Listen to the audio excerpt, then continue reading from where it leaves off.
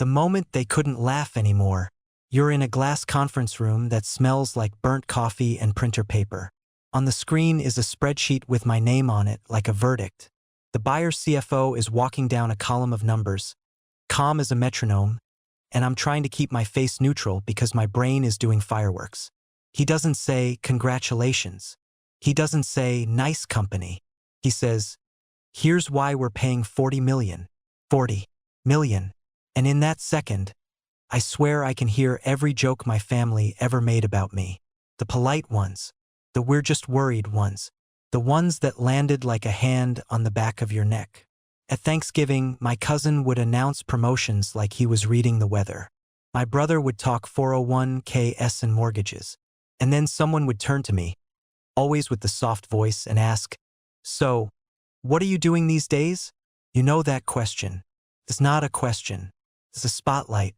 I'd mumble something about a project, a business idea, consulting. Anything that sounded like I wasn't falling behind. Somebody would chuckle. Somebody would change the subject. And I'd smile like it didn't sting, then spend the drive home replaying it like a humiliation highlight reel. They weren't evil. They were certain. In their heads, success was a clean timeline. Good school, good job, bigger job, house, vacation photos. My timeline looked like a crime scene. Detours, restarts, gaps, a couple of sure things that turned into nothing. I became the person they referenced when they wanted to motivate someone else. Don't end up like me. So sitting in that room, hearing 40 million, I didn't feel like a winner. I felt like an imposter who'd slipped past security. Because if you'd asked my family a month earlier, they would have told you I was still figuring it out. That's the part nobody talks about. Most people think you become successful and then people respect you. Reality is uglier. You build in silence while people assign you a story. And if your story is failure, they'll keep reading that page even while you're writing a different book. The CFO clicks to another slide. He points at a line item and says, "This is the engine. This is what we can't replicate quickly." Engine. Not luck. Not timing. Not a viral moment. An engine. He leans back and says the sentence that hits harder than the price tag. You built something that survives without you in the room. Not charisma. Not hustle. Transferable value. The kind of thing my family never saw because it doesn't show up on Instagram. It shows up in churn reports, in renewal dates, in processes that run on Tuesday mornings when you're sick and nobody cares. I nod like I expected it, but inside I'm 12 years old again, listening to my dad tell an uncle, "He's a good kid, just not the business type." I want to text them the slide deck. I want to shout, "See?" But the buyer keeps talking, and I realize I'm about to answer a bigger question than what the company's worth right now. My hands are under the table, gripping my knee so I don't shake. Because all I can think is, if they could see this, why couldn't my own family? If this is real, what did I do during all those years when nobody clapped, nobody shared it, nobody even understood what I was trying to build? And more importantly, what did they miss about how wins actually happen? How a family decides who you are. Every family has a scoreboard. Nobody hangs it up, but everyone can read it. There's the one who made it. The one who did everything right. The one who just needs to focus. And then there's the slot you never volunteer for.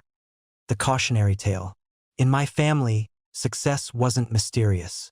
It had a uniform, a job title you could explain in one sentence, a calendar full of respectable obligations, raises you could point to, a clear answer when someone asked what you do. My cousin had that answer early. Internship, then a badge, then a business card with a logo that looked expensive. At dinners, he'd talk in acronyms and everybody nodded like he was reading the news. My brother was the responsible one. Bills paid early. Sensible car. No surprises. In our house, no surprises was basically holiness. And me? I was the one with potential. Which sounds nice until you realize it's a way to postpone respect. Potential means you're always almost something, never actually something. It means people feel entitled to revise your identity every time you mess up. The scoreboard starts young. Who gets praised for being good with money? Who gets teased for being too sensitive? Who gets a pass because they're creative? By the time you're an adult, those labels harden into roles, and roles are sticky. You can move cities, change your look, reinvent your resume. You walk into a family gathering and you're back in your assigned seat. My aunt would ask about my plan the way you ask about a lost dog. My dad would jump in with a smile, trying to translate me into something safe. I'd nod, grateful and furious at the same time. I tried to earn my way out of mine by playing their game harder. I took jobs I didn't want because they sounded safe when I said them out loud. I chased credentials that looked impressive on paper and felt dead in my chest. I said yes to paths that came with approval and no to the ones that came with uncertainty. And the brutal part is, even when I was doing well, it still didn't count. Because on a family scoreboard, your wins are probationary and your mistakes are permanent. If I got a decent job, it was a good start. If I stayed too long, I was stuck. If I left, I was unstable. If I tried something on my own, it was a phase. If it didn't work fast, it wasn't a lesson. It was evidence. Meanwhile, my cousin's promotions were treated like character proof. My brother's boring decisions were treated like maturity. My decisions were treated like symptoms. No matter what I did, the story didn't change. Only the examples did. That's how you end up living two lives. The outside life is performance. You edit your updates. You pre-answer questions before they get asked. You laugh first so nobody can laugh at you. The inside life is a quiet panic that you're falling behind an invisible schedule you never agreed to. And it messes with you in ways you don't notice at first. You start measuring your worth in their reactions. A raised eyebrow becomes a verdict. A pause on the phone becomes a sentence. You avoid telling the truth because you don't want the look. Not anger, not even disappointment. That soft pity that says, "We expected this from you." So you keep trying to buy belonging with reasonable choices. You think if you just become legible to them, you'll finally be taken seriously. But here's the trap. The more you chase their definition of success, the further you get from yours. You're not building a life. You're building a defense. The worst day wasn't when someone called me a failure. The worst day was when I started saying it first, like a joke, to make it hurt less. Yeah, I'm kind of the black sheep, I'd say, smiling. But it wasn't a brand. It was surrender. And that's the pressure nobody sees. It's not just money. It's identity. It's belonging. It's the fear that your family's story about you is the only story that's true. And if you don't change it soon, you'll become the example they trot out at graduations and weddings. The label stuck because I kept stepping onto their scoreboard and begging for points. But what if the real problem wasn't me? What if it was the game I was trying to win? The failure origin story. The before photo nobody forgets. I can point to the exact week my family stopped calling me a late bloomer and started treating me like a caution sign. I'd finally landed the kind of job that calms parents down. Salary, benefits, a building with a lobby. My mom told relatives. He said.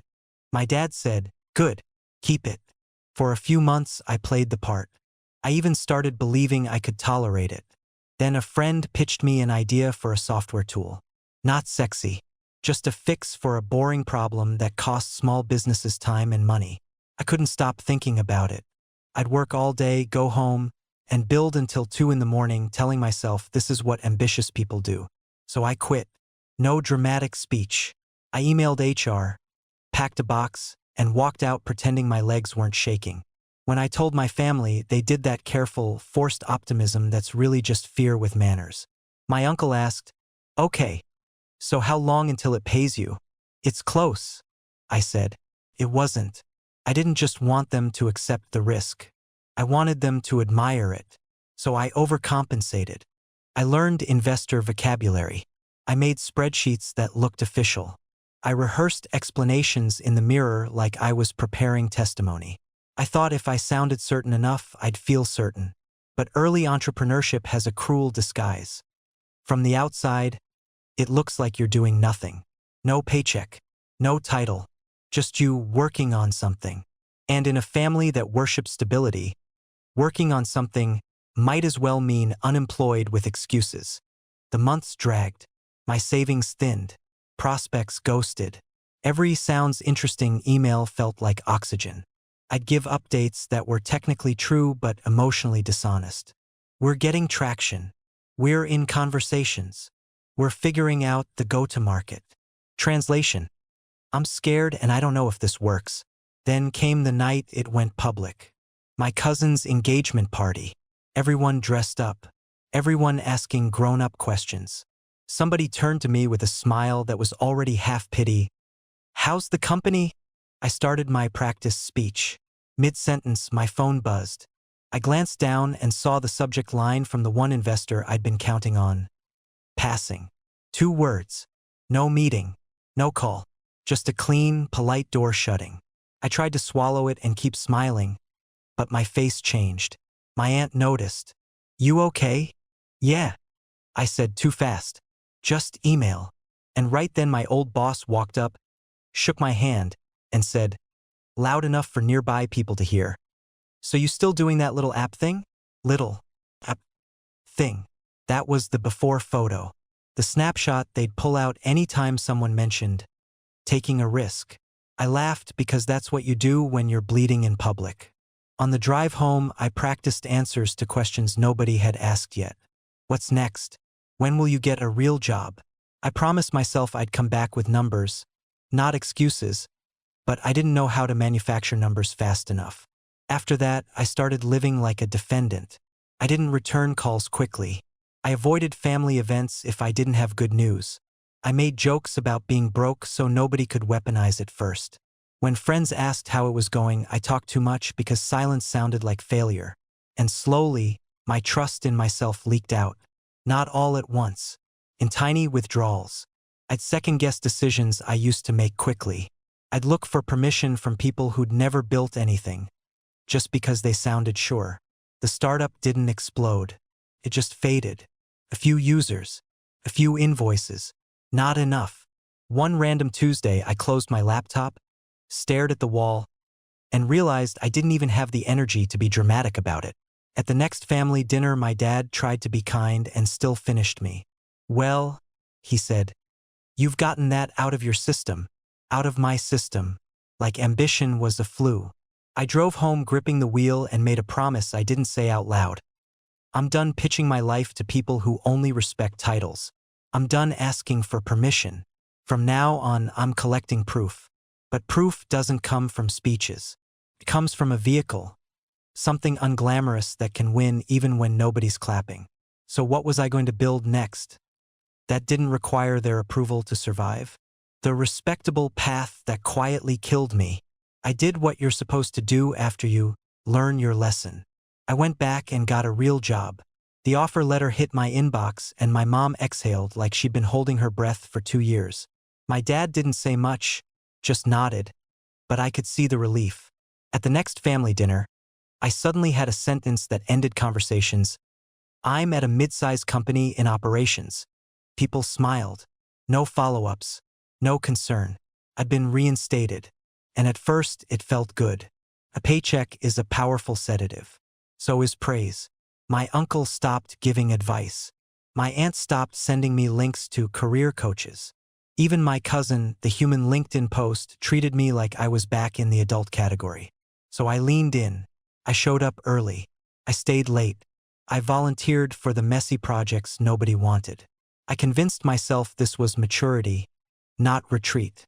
Then the months started stacking, and something ugly crept in. I was getting better, and my life wasn't getting bigger. I was learning systems, managing people, fixing problems. I get a pat on the back, sometimes even a bonus. But every win evaporated the moment I went home. Nothing stayed. Nothing compounded. It was like filling a bucket with a hole in it, except the hole was time. Here's the part families love. Stability looks like progress from across the room. A steady job, a regular routine, a predictable path. Photographs well. You can describe it in a holiday card. Doing great at work, busy, grateful. That sentence is social armor. But behind it, my bank account moved in straight lines. My skills improved, but the upside didn't. If I stopped showing up, the money stopped. If I got sick, I fell behind. If my boss had a bad quarter, my trajectory got redesigned without my vote.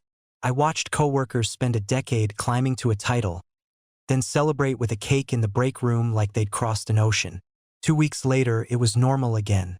The company moved the goalposts and everyone kept running. I could feel my future getting scheduled for me. And the most dangerous part? Everyone around me called it winning. See, my dad would say, just keep your head down. It works. At one point, I got a promotion. The family group chat lit up. Congratulations. Proud of you. Finally. That last word wasn't typed, but it was there. I should have been grateful. I was also terrified, because the promotion didn't fix the thing I couldn't name yet. It just made it harder to leave. More responsibility, better benefits, a nicer sounding title. Golden handcuffs that didn't even look like handcuffs. The panic hit in small moments. Waiting at a red light, I'd do the math in my head. If I save X per month, invest it maybe in 30 years, and then I'd see my own face in the windshield older, still explaining myself.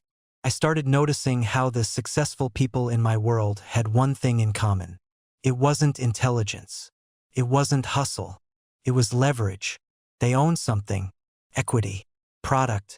A list. A process that made money without them pushing every inch. Meanwhile, I was renting my life out in 8-hour blocks. I was building someone else's asset and calling it security. So I tried to hack it without risking my reputation. A side hustle after work. Little online projects. Flipping things. Freelance gigs. Anything that sounded reasonable and didn't require me to announce another big move. None of it stuck because I was still playing the same game. Look respectable, avoid embarrassment, don't upset the scoreboard. I wasn't building a machine. I was collecting distractions. One night, I stayed late at the office finishing a deck my boss would present the next morning. I was exhausted, proud, and strangely empty. I emailed it off, shut my laptop, and realized, if I disappeared tomorrow, the company would replace me in a month, and my family would tell the story like I'd been smart to keep it safe. That's when the first real insight landed, and it wasn't inspirational. It was cold. Looking successful is not the same as becoming undeniable. Undeniable is when results show up whether people believe in you or not. Undeniable is ownership, compounding, a scoreboard that can't be negotiated at dinner. That realization was brutal because it meant my family wasn't wrong to value safety. They were wrong about the cost. Safety can be a slow leak. You don't crash. You just wake up 10 years later still asking for permission from people with opinions. So if the safe plan couldn't save me, what kind of plan could? The unsexy idea, where winners start and losers quit. The idea didn't come with fireworks. Came with a complaint. I was in the office kitchen, pretending I wasn't scrolling job boards again, when a guy from accounting started ranting about how they'd spent 3 weeks chasing down invoices from vendors. Not customers. Vendors. He wasn't mad about the money. He was mad about the stupidity of the process. He said, "We pay for software that's supposed to handle this, but nobody uses it right, so we just suffer." That sentence hit me like a cheat code. Not because it was glamorous, but because it was real. People don't throw money at dreams. They throw money at pain, especially pain that shows up every Monday. That night, I went down a rabbit hole of the unsexy parts of business. Compliance, reconciliation, reporting, onboarding, documentation. The stuff nobody brags about. The stuff that, if it breaks, ruins your week. Most people chase markets that sound exciting at dinner. I started hunting for problems that make people reach for their wallet in silence. Within a week, I had a short list. Boring industries with boring customers who had one thing in common: messy back offices and zero time. Think companies that don't care about innovative. They care about done. Then I found it. A niche so unglamorous I almost didn't tell anyone. Businesses were losing tens of thousands a month because of one stupid bottleneck, and the solutions were either overpriced enterprise tools or a patchwork of spreadsheets held together by one exhausted employee. It wasn't a billion-dollar app idea. It was a service. A we come in, fix it, and keep it running kind of thing. Exactly the kind of thing my family would roll their eyes at. I tested it the only way I trusted. I called 10 companies and asked dumb questions. How do you handle this today? Who owns it? What happens when it breaks? Half the calls ended in polite indifference. The other half turned into therapy sessions. People vented. They described workarounds. They admitted what they were afraid would happen if the wrong person quit. And every time they said, honestly, I'd pay just to not think about this. I felt that old panic loosen its grip. Here's what nobody tells you. Your first real business usually sounds like a downgrade. It doesn't impress your friends. It doesn't fit the movie in your head. It looks like you're settling. When I finally told my brother what I was exploring, he blinked like he hadn't heard me right. So, you're going to do paperwork for companies? It's not paperwork, I said, defensive. It's process. It's systems. It's reducing errors. He nodded slowly. Okay, but is that a career? That word, career. Translation. Can I explain you to other people without feeling uncomfortable? My mom's reaction was softer but worse. Honey, if you just stay at your job, you'll be fine. Why are you doing this to yourself again? Because I'd tried fine. Fine was a cage with nice curtains. I didn't argue. I didn't pitch. I just decided something privately. I'm going to build the boring thing until the numbers force them to update their story. So I made it small and specific. One offer. One problem. One clear outcome. I priced it like an adult, not like a kid begging to be chosen. I wrote a simple one-page explanation that didn't use buzzwords. If I couldn't make a stranger understand it in 30 seconds, it didn't deserve to exist. Then I started doing the part that burns your ego off.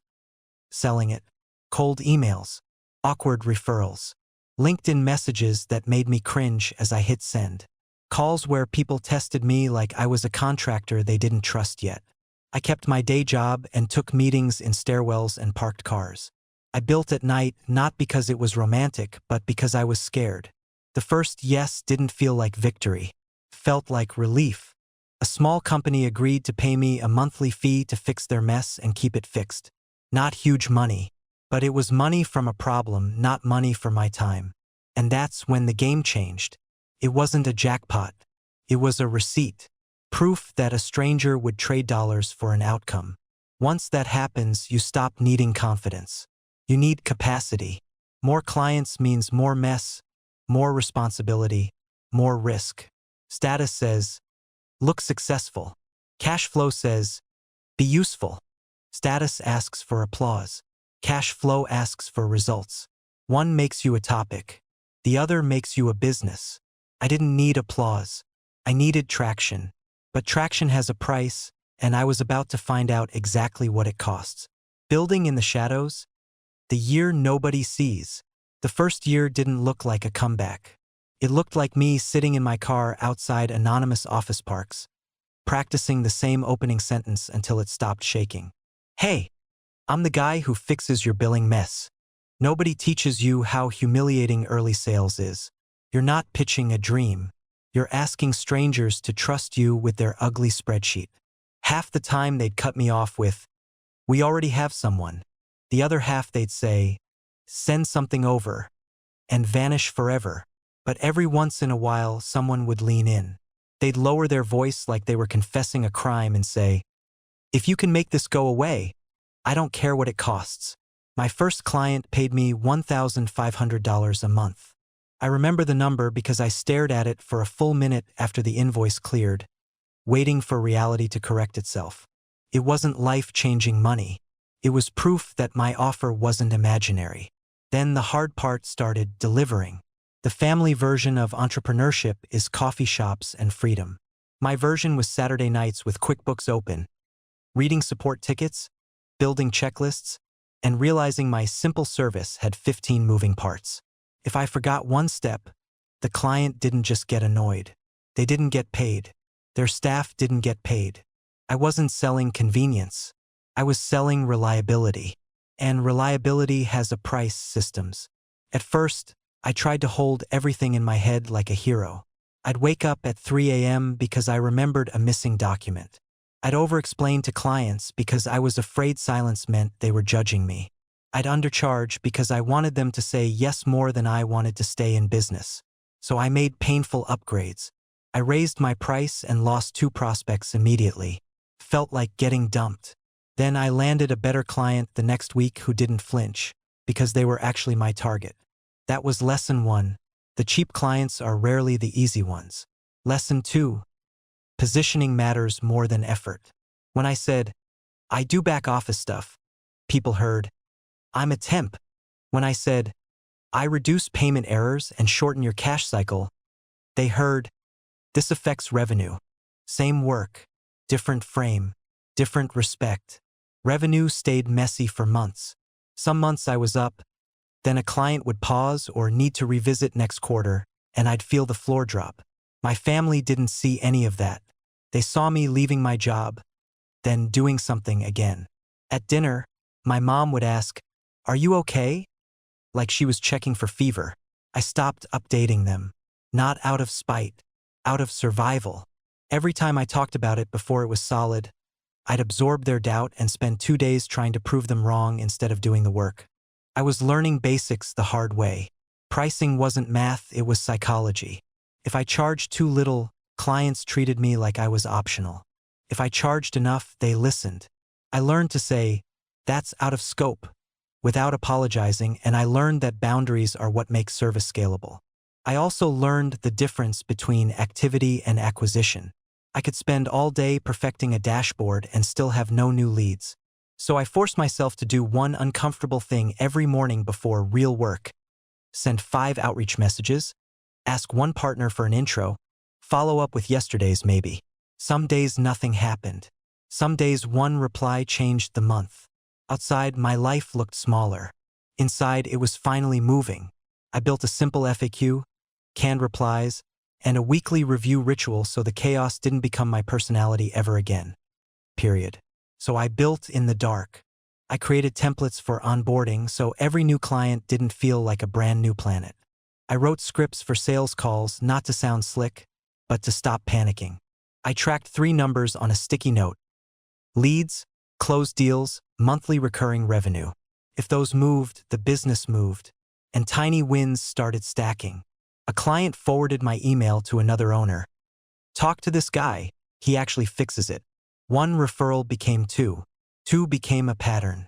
I stopped chasing everybody and started leaning into the channel that worked. Accountants and bookkeepers who were sick of cleaning up disasters. I brought them a simple promise. Send me your messy client. I'll make you look like a hero. I hired my first contractor with money I didn't feel ready to spend. I recorded a clumsy training video on my laptop. It was ugly, but it was repeatable. For the first time, the business did something while I wasn't the one clicking every button. That's when I started to believe. Quietly, carefully, like someone touching a bruise. And right when I finally let myself think, okay, maybe I'm not the failure, I made one mistake that almost wiped the whole thing out. The near collapse. One night from losing it all. That mistake was tiny. 1 checkbox in a payment batch. I'd been moving fast, proud of my new system, asleep at my kitchen table, telling myself I was finally acting like a real operator. The next morning my phone started vibrating before I'd even poured coffee. It was my biggest client, the one I'd been using as my proof. 40% of my monthly revenue. The one I pictured in my head every time my family asked, is it working yet? Their controller didn't say hello. She said, we have a problem. Payroll didn't go out. If you've never been responsible for payroll, let me translate. It's not an invoice. It's not a delay. It's people's rent. It's groceries. It's trust. My stomach dropped so hard I had to sit on the floor. I opened my laptop, hands shaking, and saw it immediately. My system had routed the transfer to the wrong account. Not stolen, not hacked, just wrong. Which is worse because wrong means preventable. I called the bank. They put me on hold. I called the payroll provider. They said, processing window closed. I called the client back and heard the background noise. Executives in an office, voices tight, that particular kind of anger that tries to stay professional and fails. The CEO got on the line. How long until my people get paid? I wanted to say, I'm sorry. I wanted to say, it's complicated. Instead, I heard myself say the only sentence that mattered. Today, even if I have to front it. Silence. Then, you don't have that kind of money. He was right. I didn't. Not in any way. But I also didn't have a choice. If payroll missed, I wasn't just losing a client.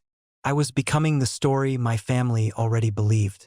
So I did something I'd been avoiding since the first day I started this business. I faced the numbers like an adult. I opened every account. I tallied what was real and what was wishful.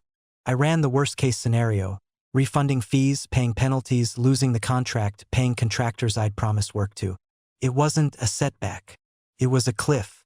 And in the middle of that spreadsheet, a strange thought showed up. Quitting would be easy. Quitting would be clean. I could send a final apologetic email, shut the laptop, update my resume, and show up to the next family dinner with a tired smile and a sentence they'd understand. Yeah, it didn't work out.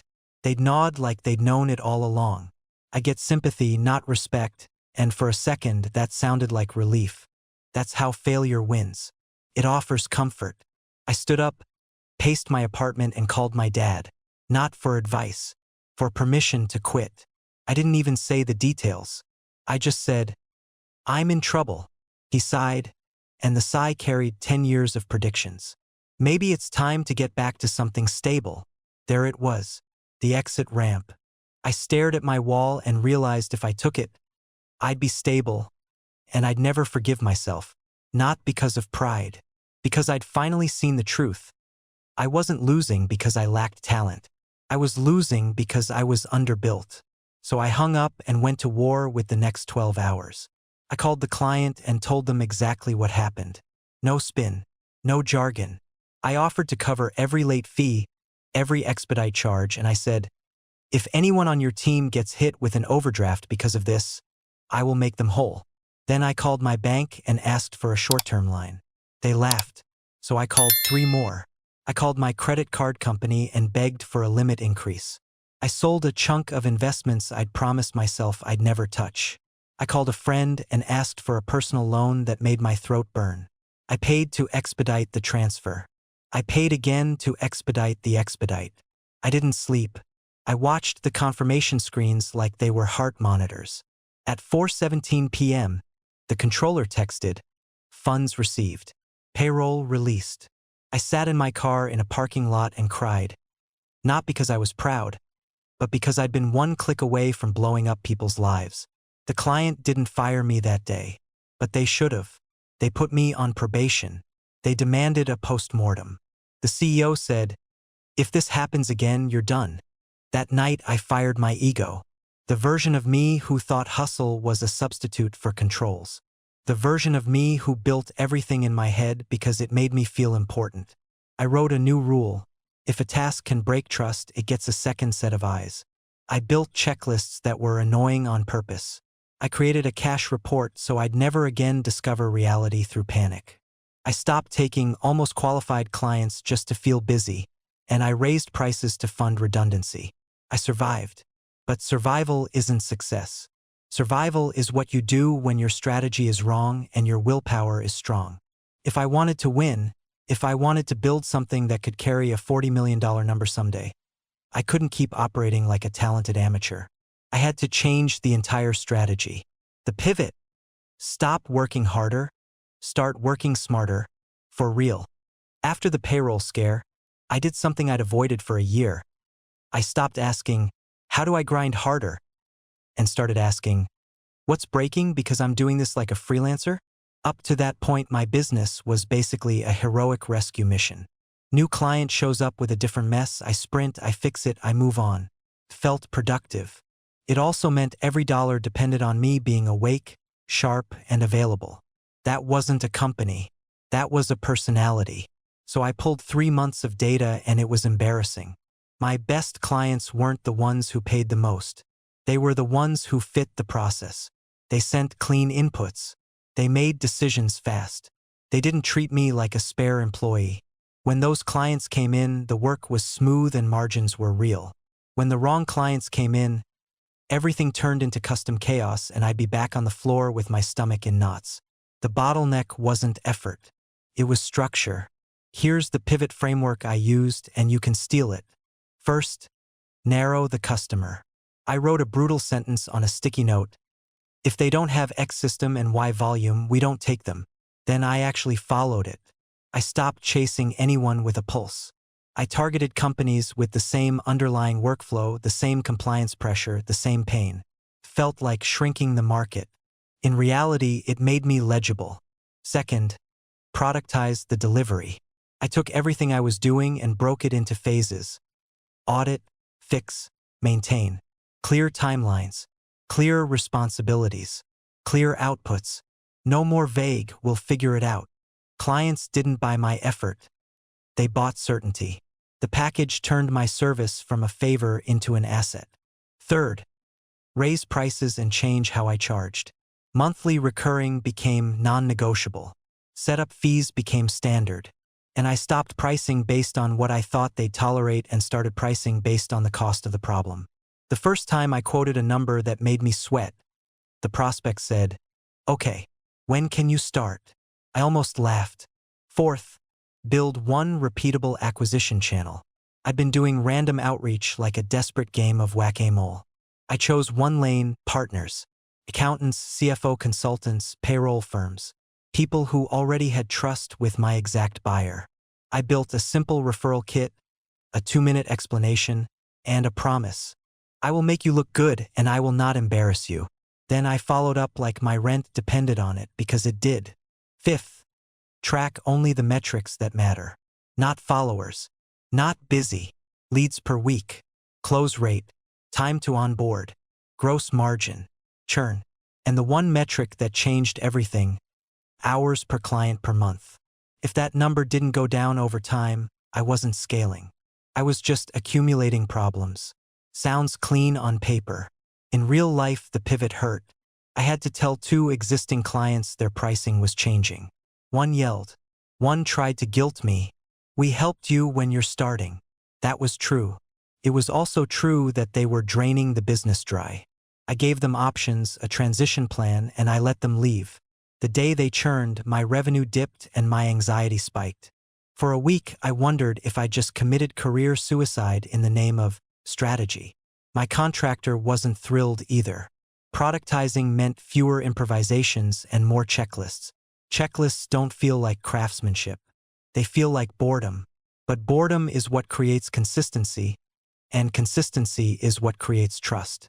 Then the compounding started. Onboarding got faster. Support requests got smaller. The same issues showed up again and again, which meant I could fix them once and reuse the fix. Partners began sending warmer leads. The sales calls got shorter because I stopped convincing and started qualifying. And my calendar finally had white space, which is the most underrated growth tool on earth. Here's the weird part. As the business got healthier, my family's opinion didn't change. Not yet, because externally, nothing big happened. I still didn't have a flashy title. I still didn't show up with a new car. The only thing that changed was the quiet feeling in my chest when I looked at my numbers. For the first time, I wasn't surviving the month. I was building a machine, and machines make noise. I noticed it in the smallest places. Vendors who used to ignore my emails started replying in minutes. A client asked if I could take on their sister company, and for once I didn't say yes automatically. I asked questions, checked fit, and said, "Not until next month." Saying no felt like power. It also painted a target. When you stop begging, people start watching more closely than ever. Revenue crossed thresholds that forced me to hire. Competitors started asking questions. A couple of friendly strangers wanted to pick my brain about how I was growing so fast. The pivot worked, but it introduced a bigger problem. Growth attracts attention, and attention attracts predators. Scaling. When success creates new enemies, scaling didn't feel like a rocket ship. It felt like someone turned the treadmill up 2 notches while also asking me to smile for a photo. In the beginning, the enemy was obvious. No clients, no money, no proof. Now the enemy wore nicer clothes. It showed up as opportunity, as growth, as people who said they loved what we were doing and quietly wanted to take it. The first sign was flattering. A prospect forwarded me a proposal from another firm and asked, "Is this you?" Same offer structure, Same 3 phases. Almost the same wording. They'd even copied a line I'd written on my website at 1 a.m. thinking nobody would ever read it. I felt angry for about 10 seconds. Then I felt exposed. Because if they could copy the surface that easily, what exactly was the thing I'd built? So I doubled down on what can't be screenshot. Our process, our standards, our speed. The boring stuff that only shows up after month 3. Then I hired my first real employee. I thought hiring would buy me freedom. What it bought me was a new kind of risk. Someone else touching the engine. And because I'd been the engine for so long, I hired for comfort, not competence. Nice resume, great vibe, said all the right words in the interview. 2 weeks in, a client emailed me. Your team asked the same question 3 times. Are you guys okay? My stomach did the old payroll drop. I opened the internal chat and saw it. My new hire hadn't read the documentation. Worse, they'd been improvising, telling clients things that sounded confident and were completely wrong. That's the scaling trap nobody warns you about. When you're small, mistakes are personal. When you're bigger, mistakes are contagious. So I did the least glamorous CEO work imaginable. I became a documentation fanatic. Every recurring task got a checklist. Every checklist got an owner. Every owner got a definition of done. If it wasn't written, it didn't exist. If it wasn't measured, it was a rumor. Felt slow. Felt paranoid. It was survival. Next problem, customer quality. When word got out that we were good, leads came in that looked like wins on paper and acted like disasters in real life. Bigger logos, bigger budgets, bigger egos. They wanted custom everything, weekly calls, exceptions just this once. They'd pay, sure, but they'd also drag our team into the swamp and call it partnership. Old me would have said yes to prove I belonged. New me started protecting the culture like it was the product because it was. I built a simple scoring system. Fit, complexity, urgency, respect. If respect scored low, we walked even if the check was high. My family didn't understand that decision at all. Why would you turn down money? Because not all revenue is good revenue. Some revenue is debt with a smile. Then the ego showed up. As numbers climbed, my brain started rewriting the early years. Suddenly, I remembered myself as confident, decisive, destined. That version of me is dangerous. That version takes dumb risks because he thinks he's the exception. So I built guardrails for myself too. Cash reserves became mandatory. 3 months of operating expenses, then 6.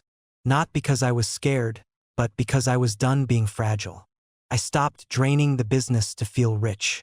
I'd seen too many founders go broke with a nice car. I added a layer between me and the work. A team lead who could say no, who could enforce the checklist, who could catch problems before they reached my inbox.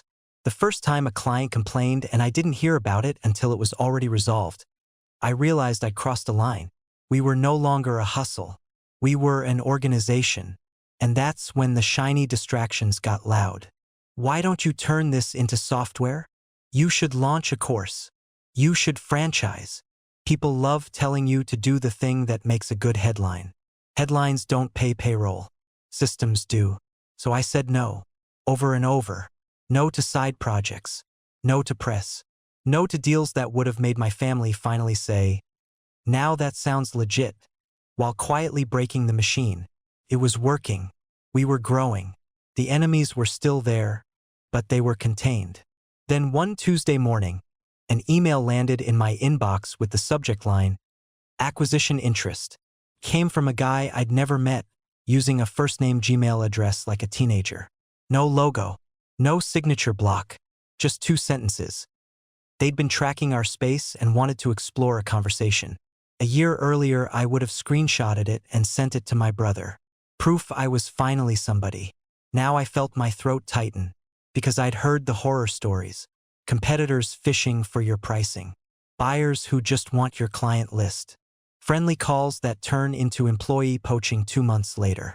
And my paranoia wasn't theoretical anymore. We had enough revenue that a bad leak could actually hurt. I hovered over delete, telling myself it was spam. The responsible choice. The safe choice. The choice my family would approve of. And that's when I realized why my finger wouldn't move.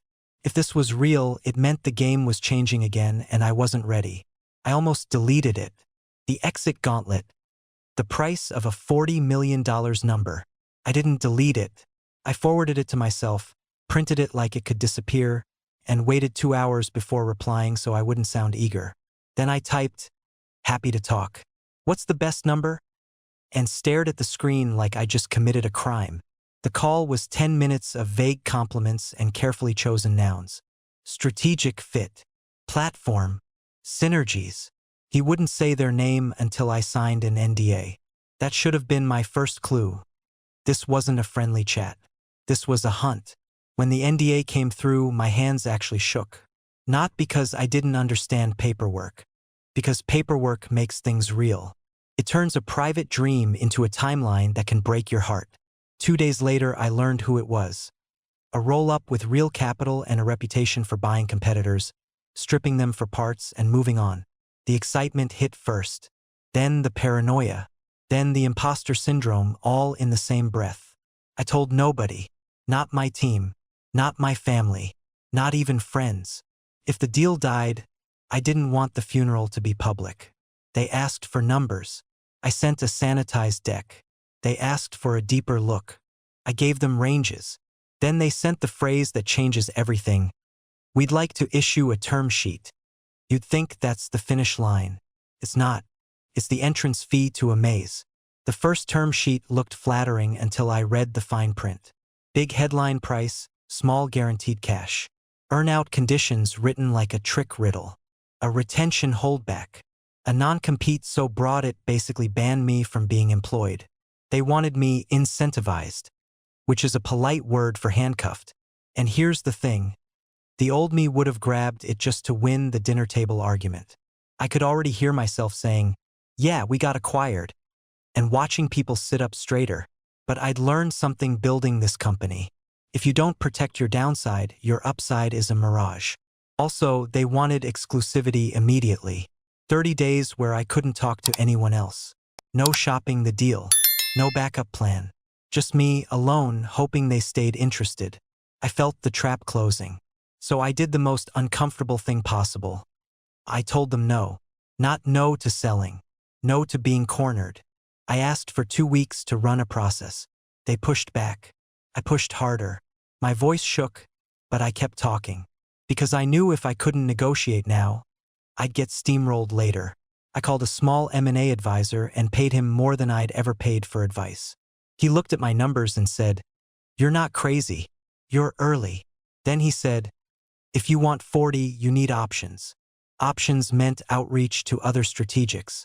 Quiet calls. Carefully worded emails. The same dance over and over while pretending nothing was happening inside the company. Within 10 days, 2 more groups asked for meetings. Suddenly, the original buyer's tone changed. Faster replies. Softer language. Better terms. That's when I learned the first rule of exits. The price tag isn't what you're worth. It's what your leverage can force. In the room with you. So I hired a lawyer who didn't care about my feelings. She read it once and said, "This isn't an offer. It's a fishing net." Then she gave me a list of questions that made me nauseous.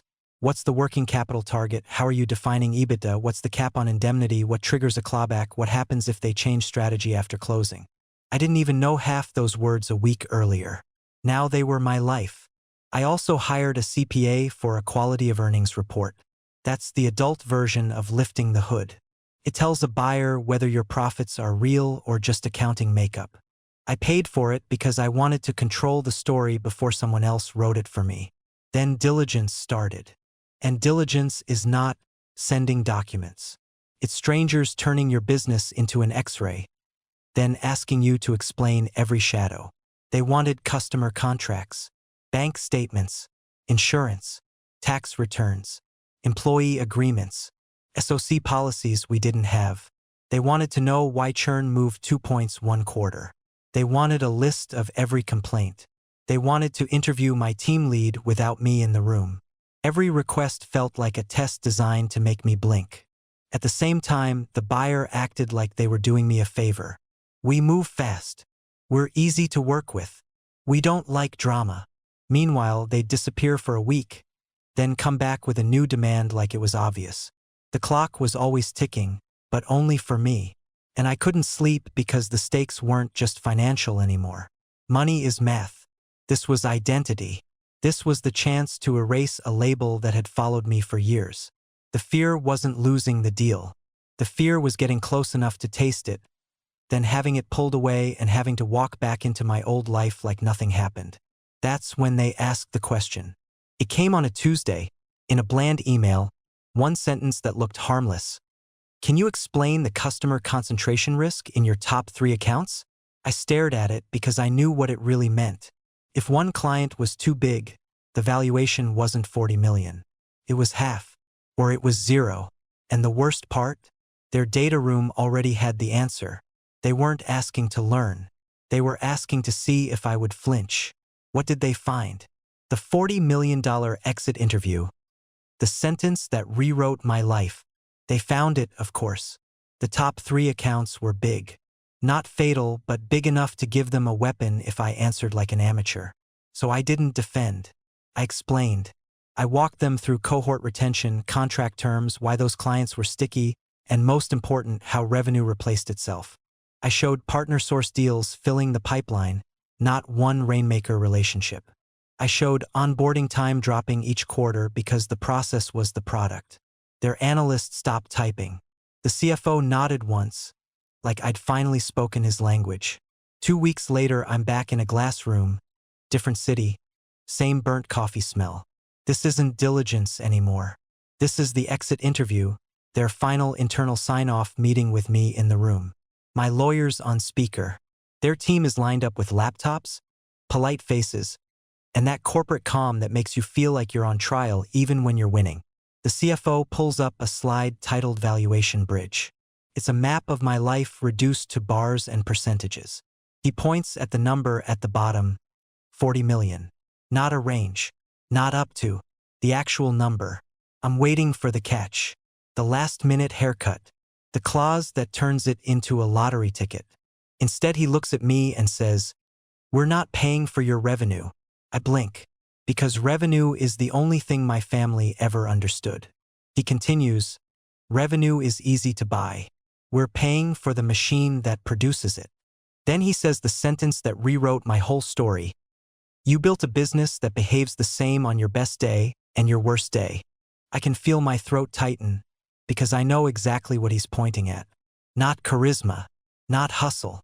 The boring stuff I did when nobody cared. He clicks through the drivers. Distribution. A partner channel that sends qualified leads without me begging strangers in DMs. Not one source, not one relationship. A repeatable path. Retention. Clients that stay, expand, and refer because the work is consistent, not heroic. He calls it trust compounding.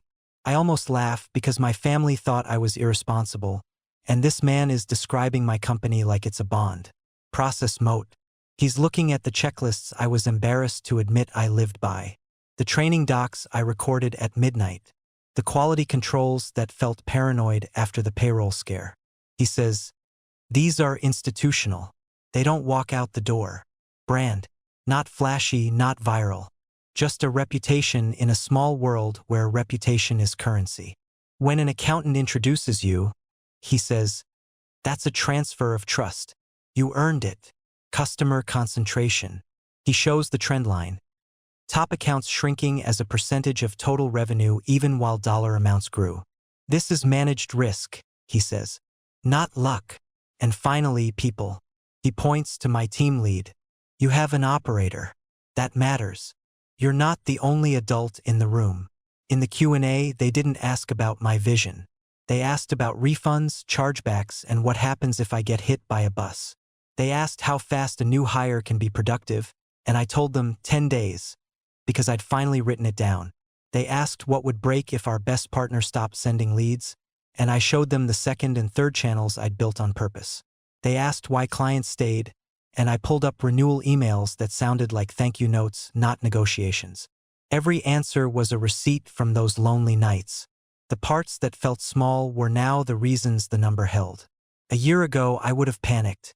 Now I open the folder. Every time he names one of these, I see the invisible year again.